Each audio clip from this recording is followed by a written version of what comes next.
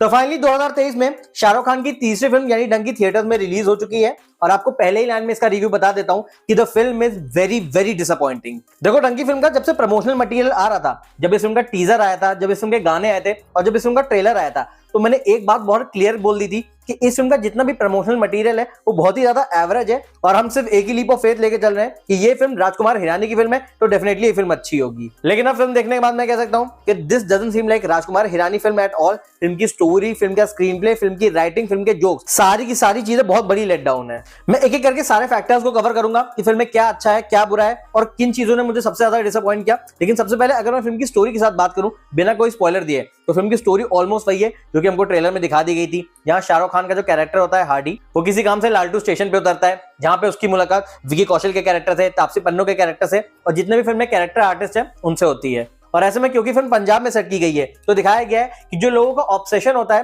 Foreign जाने के साथ वो किस तरीके से इन सारे कैरेक्टर्स में भी आ जाता है। और फिर एक के बाद एक जब सबके वीजा रिजेक्ट होने लगते हैं तो जो बमन ईरानी का कैरेक्टर है जो कि टीचर होता है वो उनको डंकी रूट के बारे में बताता है, जिस तरीके से इलीगली बॉर्डर क्रॉस करके वो सबके सब फॉरेन जा सकते हैं और ढेर सारे पैसे कमा सकते हैं। तो सबसे पहले अगर मैं फिल्म की स्टोरी की बात करूं तो ऑनेस्टली सेइंग फिल्म की स्टोरी बहुत ज्यादा सिंपल है। इस फिल्म को जो भी वर्क करना था वो अपने स्क्रीन प्ले पे और अपने एग्जीक्यूशन पे वर्क करना था, लेकिन इन दोनों ही डिपार्टमेंट में ये फिल्म इतनी बुरी तरह फॉल्टर करती है कि फिल्म जैसे जैसे प्रोसीड करती जाती है फिल्म लिटरली स्क्रीन प्ले के मामले में बिल्कुल बिखर जाती है। सबसे बेसिक प्रॉब्लम तो ये है कि इस फिल्म की जिस तरीके से राइटिंग हुई है वो अपने आप में इतनी ज्यादा डल और बोरिंग है कि आप किसी भी कैरेक्टर से कनेक्ट ही नहीं कर पाते हैं। उसके अलावा एक चीज जिसके लिए राजकुमार हिरानी की फिल्में जो है वो बहुत ज्यादा फेमस है वो होता है उनकी फिल्मों का ह्यूमर। आपने नोटिस किया होगा, चाहे वो मुन्ना भाई सीरीज रही हो, चाहे वो थ्री इडियट्स, पीके या फिर संजू रही हो, इन सारी फिल्मों में जो कॉमेडी थी वो बिल्कुल टॉप नॉच थी। लेकिन वहीं इस फिल्म की जो कॉमेडी है वो बहुत ज्यादा डिसअपॉइंटिंग है। बहुत सारे सीन्स में ह्यूमर जो है वो हद से ज्यादा फोर्स फील होता है। उसके अलावा सीन्स भी बहुत ज्यादा ओवर स्ट्रेच्ड है। इस वजह से फिल्म के कई सारे सीन्स में जब कॉमेडी दिखाने की कोशिश की जाती है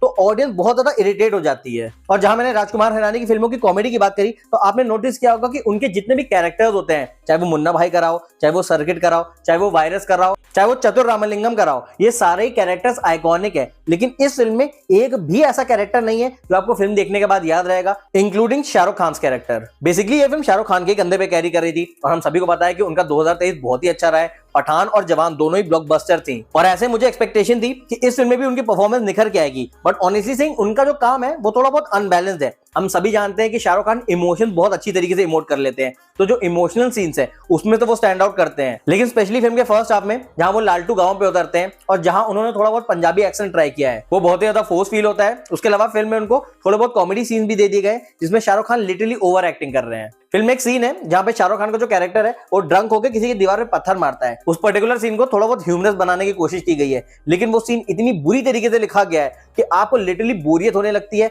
सीन बहुत ही ज्यादा ओवर स्ट्रेच्ड है और ऐसा लगता है कि the characters are trying too hard to make you laugh. Plus इस फिल्म में विकी कौशल भी है और मैं काफी ज्यादा इंटरेस्टेड था ये देखने में कि उनको कैसा कैरेक्टर दिया जाता है। तो ऑनेस्टली विकी कौशल ने बहुत ही जबरदस्त एक्टिंग की है। वो जितने भी इमोशन स्क्रीन पे पोर्ट्रे करते हैं वो डेफिनेटली आपको फील होंगे, लेकिन अगेन उनके कैरेक्टर की जो राइटिंग है, जो उनका पास दिखाया गया है, जिस वजह से वो फॉरेन जाना चाहते हैं, वो बैक स्टोरी भी बहुत ज्यादा अंडररेटेड है। और उस वजह से इंटरवल पॉइंट में जब उनके कैरेक्टर के साथ एक ट्विस्ट आता है तो वो उतना ज्यादा आपको फील ही नहीं होता है क्योंकि आप कैरेक्टर से बहुत ज्यादा कनेक्ट नहीं कर पाते हो। सिमिलरली अगर मैं तापसी पन्नू की बात करूं तो उनके कैरेक्टर में भी यही प्रॉब्लम है। उनके कैरेक्टर की तो राइटिंग ठीक है, बट तापसी पन्नू ने जो परफॉर्मेंस दी है वो अगेन अनबैलेंस्ड है।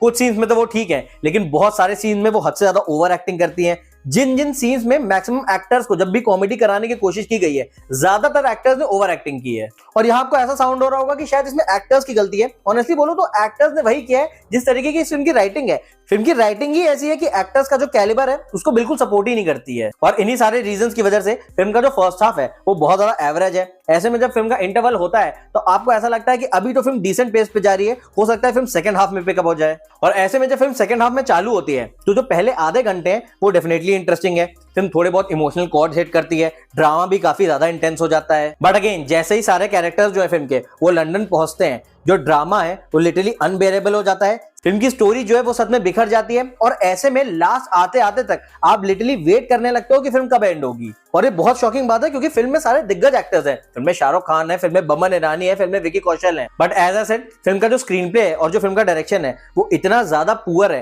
कि आपके लिए बहुत मुश्किल हो जाता है फिल्म के लास्ट तक बैठना। बल्कि सच बताऊं तो लास्ट के के 20-25 मिनट में आपको लिटरली ऐसा लगता है कि ड्रामा को अननेसेसरली खींचा जा रहा है। और यहाँ मैं फिल्म के डिफेंस में भी ये कहूंगा कि फिल्म कहानी बहुत अच्छी कहना चाहती है, यानी फिल्म का जो मैसेज है वो बहुत अच्छा है कि इंसान को अपने देश छोड़ के नहीं जाना चाहिए।